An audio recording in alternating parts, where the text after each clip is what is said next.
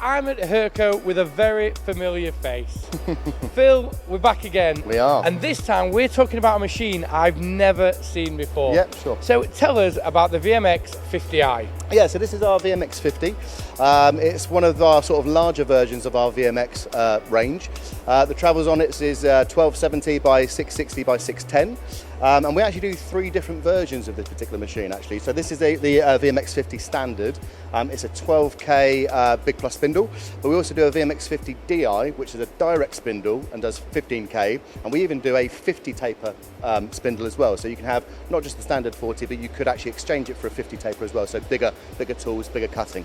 And today we've seen this demo running, and you're running high feeds, you're running M-mills. Yep. It's so quiet. It is. It's a very good machine in general. As I say, we've got just a bit of a P20 in there, or tool locks is what it is, but it's like a tool steel really.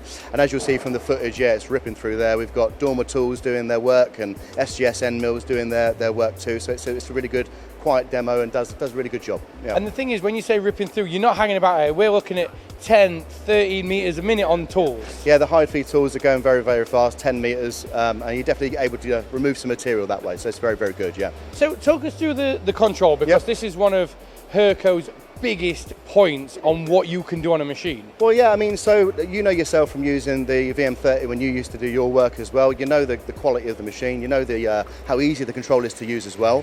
The control itself, we have our own sort of conversational software. We've spoken about that a few times, and we have lots of different options that we can provide people as well.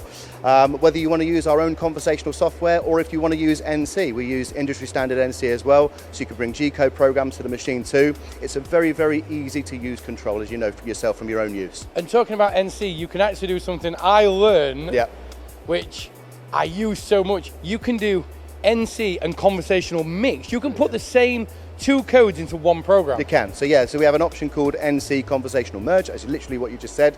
It's basically a conversational program, so you can still use all of our conversational blocks, but then you can call in your own NC code as well. So if you're using a CAD-CAM package like Fusion or Hypermill or anything like that, you can insert those programs into the conversational program too. So you're going to get the best of both worlds really. So it's a really user-friendly way of working. And one of the things I like about the machine though is you can take quite a lot of CAD-CAM programs you would normally run through a different offline software. Yes. And you don't need to, because you can do so much more with this control, with your 3D mold, your swept surface. And even when you see the demo, you're roughing that down without the tool coming up after everything. No, it's a straightforward. And it down. That's done with swept surface. It's a straightforward spiral cut. 10 meters is what it's moving at, very, very fast. And it's doing like a half mil peck or a spiral peck as it goes round, really. But yeah, we have loads of different options. So for example, solid model import, which is where you can bring a step file to the machine and you can conversationally program from there. But what the beauty of this machine is in general is the amount of options you can add to it. So we can add Renishaw probes to it, which increases your capability of probing your tools, much faster for setting your datum with Renishaw probes as well. And because it's a decent height, there's a decent height to the machine in Z, so we can fit a 4th or maybe even a 4th and 5th axis to the machine as well. So you can change it from a 3 into basically a 5th axis machine if you wish.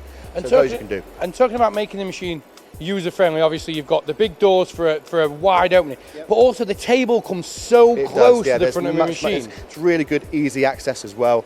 And yeah, as you see, we've currently got a Rommel device on there right now, and obviously a Hurco device to the side. There's plenty of space on the machine for anything you're going to want to put on there. It's very good. So on this machine, obviously we've seen you creating quite a bit of swarf.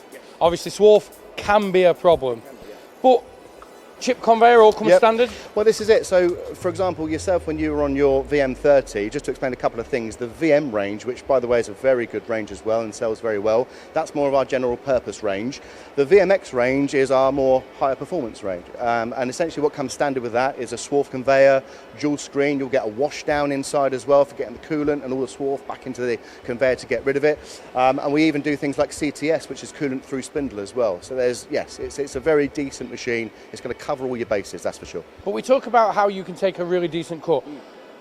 We've not talked much on tolerance, because I know from personal experience, you can hold microns on these machines. No, totally that. So your surface finish quality you're going to get is going to be amazing, and as I say, all your speeds and feeds matter too. And like I say, if you do want to get yourself some probing on the machine, we have our own inspection cycles on the machine, so you can inspect what you've cut and see what you've measured, and then you can recut again if you need to get it within the tolerance you're working with. So yeah, there's a lot you can do. And these options are already in the control if you want to retrofit them afterwards. Yeah, totally that. So if say for example you bought the machine without probing and then you use it for a few months and you decide, actually no, I think I can benefit from having the ability to do probing, that can all be fitted later as well. Just like for example a fourth or even a fourth and fifth axis, that can all be added separately later if you need.